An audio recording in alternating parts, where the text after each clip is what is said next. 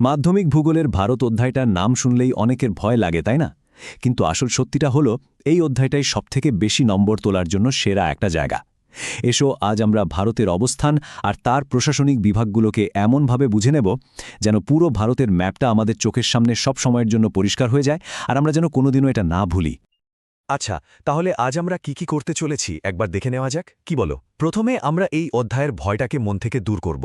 তারপর পুরো পৃথিবীর ম্যাপে আমাদের দেশ ভারতের ঠিকানাটা খুঁজে বের করব। এরপর আমরা জানব ভারতের চারপাশের সীমানা আর প্রতিবেশী দেশগুলো সম্পর্কে। তারপর দেশের ভেতরের রাজ্য আর কেন্দ্রশাসিত অঞ্চলগুলোকেও চিনে নেব। আর সবশেষে থাকছে পরীক্ষার জন্য কিছু বিশেষ টিপস আর পুরো অধ্যায়টার একটা ফাস্ট রিভিশন। তাহলে চলো আর দেরি না করে শুরু করা যাক। তাহলে চলো শুরু করা যাক আমাদের প্রথম পর্ব দিয়ে। এই অধ্যায়টা ভালোভাবে বোঝার আগে আমাদের মনের ভেতরের ভয়টাকে পুরোপুরি জয় করে নিতে হবে। হ্যাঁ, আমি জানি এই অধ্যায়ের নাম শুনলেই অনেকের কেমন একটা ভয় করে, তাই না? মনে হয় এত এত সংখ্যা, এত রাজ্যের নাম কি করে মনে রাখব? অক্ষাংশ, দ্রাঘিমাংশ এই শব্দগুলো শুনলেই মাথাটা কেমন গুলিয়ে যায়। এটা কিন্তু খুব স্বাভাবিক। কিন্তু আমার উপর বিশ্বাস রাখো, এই সব কিছু মনে রাখার একটা দারুণ সহজ রাস্তা আছে। আজকে আমরা বইয়ের পাতা থেকে বেরিয়ে এসে নিজেদের মনের মধ্যে ভারতের একটা ম্যাপ তৈরি করে ফেলব। আমরা কোনো কিছু মুখস্থ করব না, প্রত্যেকটা তথ্যকে একটা ছবির মতো করে মনের মধ্যে গেঁথে নেব, এমনভাবে শিখব যাতে পরীক্ষার সময় সবটা নিজের থেকেই মনে পড়ে যায়। তাহলে তৈরি তো সবাই? চলো শুরু করা যাক। আচ্ছা, কোনো কিছু খুঁজে বের করতে হলে প্রথমে তার ঠিকানাটা জানতে হয়, তাই তো? তো চলো সবার আগে আমরা পৃথিবীর এই বিশাল মানচিত্রে আমাদের দেশ ভারতের সঠিক ঠিকানাটা খুঁজে বের করি। ভাবো, ভারতের একটা গ্লোবাল অ্যাড্রেস আছে, যেমন আমাদের বাড়ির ঠিকানা থাকে। ভারত কোন মহাদেশে? এশিয়া মহাদেশে, আর এশিয়ারও দক্ষিণ দিকে। এবার পৃথিবীকে যদি মাঝখান দিয়ে আড়াআড়িভাবে নিরক্ষরেখা দিয়ে দুটো ভাগে ভাগ করা হয়, তাহলে ভারত থাকে ওপরের ভাগে, মানে উত্তর গোলার্ধে। আর যদি লম্বালম্বিভাবে মূল মধ্যরেখা দিয়ে ভাগ করা হয়, তাহলে ভারত থাকে ডান দিকের ভাগে, মানে পূর্ব গোলার্ধে। তাহলে ঠিকানাটা কি দাঁড়ালো? এশিয়া মহাদেশ, তার দক্ষিণ অংশ, আর গোলার্ধের হিসাবে উত্তর ও পূর্ব গোলার্ধ। একদম সহজ। এবার চলো আমাদের মনের ম্যাপটার বর্ডার বা সীমানা আঁকা যাক। এর জন্য আমাদের দুটো জাদুকরী লাইনের সাহায্য নিতে হবে। একটা হলো অক্ষাংশ আর অন্যটা দ্রাঘিমাংশ। অক্ষাংশ মানে হলো পৃথিবীর ওপর দিয়ে পূর্ব থেকে পশ্চিমে যে আড়াআড়ি কাল্পনিক রেখাগুলো টানা হয় সেগুলো। যেহেতু ভারত পুরোটাই উত্তর গোলার্ধে, তাই আমাদের অক্ষাংশ বলার সময় সবসময় উত্তর শব্দটা ব্যবহার করতে হবে। এই যে সংখ্যাটা দেখছ, 8°4' উত্তর, এটাই হলো আমাদের ম্যাপের একদম দক্ষিণের বর্ডার লাইন। মানে ভারতের মূল ভূখণ্ড এখান থেকেই শুরু হচ্ছে। এটা আমাদের মেন্টাল ম্যাপের ভিত। আর এইটা হলো আমাদের ম্যাপের একদম উত্তরের বর্ডার, 37°6' উত্তর। ব্যাস, আমাদের ম্যাপের ওপরে আর নিচের বর্ডার আঁকা হয়ে গেল। দক্ষিণ থেকে উত্তরে ভারতের বিস্তার হল 8°4' উত্তর থেকে 37°6' উত্তর পর্যন্ত। দেখলে কত সোজা? ওপর নিচ তো হয়ে গেল, এবার ম্যাপের ডান আর বাম দিকের বর্ডার আঁকার পালা। এর জন্য আমরা ব্যবহার করব দ্রাঘিমাংশ। দ্রাঘিমাংশ হল পৃথিবীর ওপর দিয়ে উত্তর থেকে দক্ষিণে যে লম্বালম্বি কাল্পনিক রেখাগুলো টানা হয় সেগুলো। আর যেহেতু ভারত পুরোটাই পূর্ব গোলার্ধে, তাই দ্রাঘিমাংশ বলার সময় আমাদের সবসময় পূর্ব শব্দটা ব্যবহার করতে হবে। এই সংখ্যাটা মানে 68°7' পূর্ব, এটা হলো আমাদের ম্যাপের পশ্চিম দিকের বা বাম দিকের শেষ সীমানা।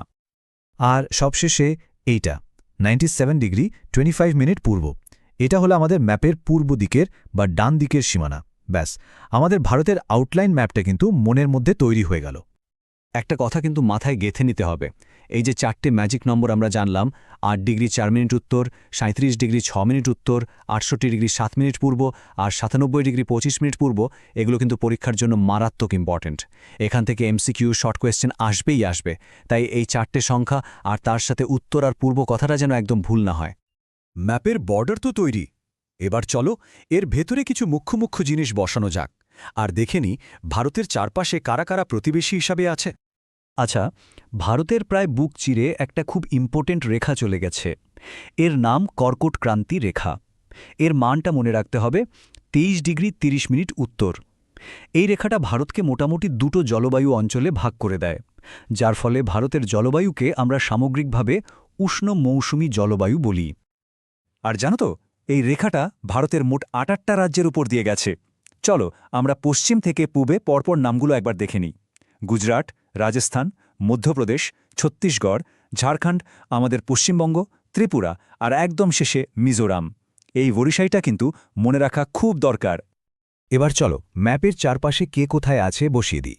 একদিকে যেমন স্থলভাগে অনেকগুলো প্রতিবেশী দেশ আছে, পাকিস্তান, আফগানিস্তান, চীন, নেপাল, ভুটান, বাংলাদেশ, মায়ানমার, তেমনি 3 দিক তো সমুদ্র দিয়ে ঘেরা। দক্ষিণে ভারত মহাসাগর, পশ্চিমে আরব সাগর আর পূর্বে বঙ্গোপসাগর। মাধ্যমিকের ম্যাপ পয়েন্টিংয়ে কিন্তু এখান থেকে প্রশ্ন প্রায়ই দেয়, বলে দিল আরব সাগর দেখাও বা নেপাল চিহ্নিত করো। তাই কোন প্রতিবেশী দেশ বা কোন সাগর কোন দিকে আছে এটা কিন্তু খুব ভালো করে মাথায় ঢুকিয়ে নিতে হবে। বাহ, আমাদের ম্যাপের বাইরের সব কাজ শেষ। এবার চলো দেশের ভেতরে ঢুকে পড়া যাক, দেখি এর ভেতরের গঠনটা কেমন। প্রশাসনিক বিভাগ শব্দটা শুনে কঠিন মনে হচ্ছে? একদমই না। ভাবো একটা বিশাল বড় স্কুল। একজন প্রিন্সিপালের পক্ষে কি সব ক্লাসে নজর রাখা সম্ভব? সম্ভব না। তাই স্কুলটাকে ক্লাস, সেকশনে ভাগ করা হয়। ঠিক সেভাবেই একটা বিশাল দেশকে ভালোভাবে চালানোর জন্য তাকে রাজ্য বা ওইরকম ছোট ছোট ইউনিটে ভাগ করা হয়। এটাই হলো প্রশাসনিক বিভাগ। এই মুহূর্তে ভারতে মোট রাজ্যের সংখ্যা হল 28। মনে থাকবে 28। এই সংখ্যাটা কিন্তু একদম লেটেস্ট। আর রাজ্য ছাড়াও আছে কেন্দ্রশাসিত অঞ্চল, সেগুলোর সংখ্যা হল 8। তাহলে 28টা রাজ্য আর 8টা কেন্দ্রশাসিত অঞ্চল। কিন্তু এই রাজ্য আর কেন্দ্রশাসিত অঞ্চলের মধ্যে আসল তফাৎটা কোথায়? খুব সোজা। রাজ্যে যেমন ধরো পশ্চিমবঙ্গে আমাদের নিজেদের ভোটে জেতা সরকার আছে, মুখ্যমন্ত্রী আছেন, মানে রাজ্য সরকার রাজ্য চালায়। কিন্তু কেন্দ্রশাসিত অঞ্চলগুলোর শাসনভার থাকে সরাসরি কেন্দ্রের হাতে, মানে দিল্লি থেকে ওগুলো চালানো হয়। এটাই মূল পার্থক্য। এখানে পরীক্ষার জন্য একটা ছোট্ট কিন্তু খুব দরকারি তথ্য আছে। দিল্লিও একটা কেন্দ্রশাসিত অঞ্চল, কিন্তু এর একটা স্পেশাল স্ট্যাটাস আছে। একে বলা হয় জাতীয় রাজধানী অঞ্চল বা ইংরেজিতে ন্যাশনাল ক্যাপিটাল টেরিটরি, সংক্ষেপে এনসিটি। এই প্রশ্নটা কিন্তু শর্ট কোয়েশ্চেনে প্রায় দেখা যায়। আমরা তো প্রায় পুরোটা বুঝে নিলাম, কিন্তু শুধু বুঝলেই তো হবে না। পরীক্ষার খাতায় ঠিকঠাক লিখে নম্বরটাও তো আনতে হবে, তাই না? চলো এবার সেই কৌশলটাই জেনে নিই।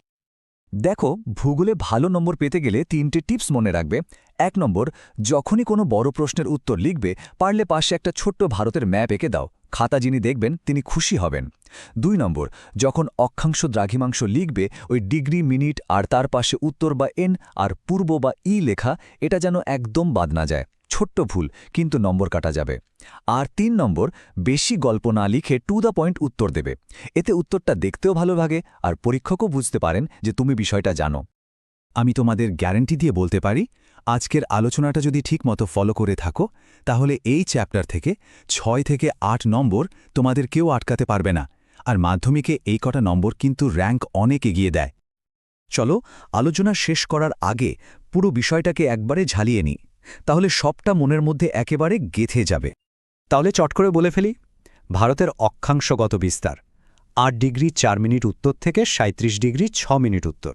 দ্রাঘিমাংশগত বিস্তার 68 ডিগ্রি 7 মিনিট পূর্ব থেকে 97 ডিগ্রি 25 মিনিট পূর্ব। কর্কটক্রান্তি রেখা কটা রাজ্যের উপর দিয়ে গেছে? ঠিক 8টা। আর ভারতের রাজ্য কটা? 28টা। কেন্দ্রশাসিত অঞ্চল 8টা।